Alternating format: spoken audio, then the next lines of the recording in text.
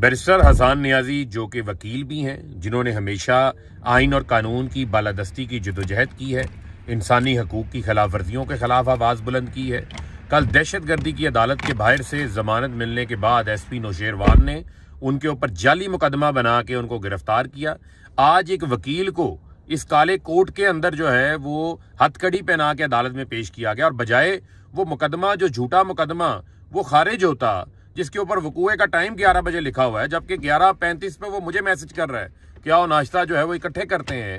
یہ جھوٹے وقوع کو خارج ہونے کی بجائے اس میں 2 دن کی جسمانی ریمانڈ دے دیا گیا ہے، جس میں اس کے اوپر تشدد کیا جائے، جس کے اوپر جو ہے وہ اس کے اوپر ظلم کیا جائے۔ یہ میں سمجھتا ہوں سمجھ سے بالاتر ہے، اور یہ کیوں ہو رہا ہے کہ ملک بھر کے وکلا خاموش بیٹھے ہوئے ہیں۔ آپ کو بتانا چاہتا ہوں قائد اعظم محمد علی جناح بھی وکیل تھے جنہوں نے پاکستان بنایا تھا۔ وکلا کی ایک آئین کی بالادستی، قانون کی بالادستی کی ایک جدوجہد ہے۔ آج جو ملک میں 11 ماہ میں انسانی حقوق کی خلاف ورزیاں ہو رہی ہیں، اگر اس کے اوپر پاکستان کے وکیل جو ہے وہ نہیں بات کریں گے، نہیں جاگیں گے، نہیں تحریک چلائیں گے، تو پھر کون چلائے گا؟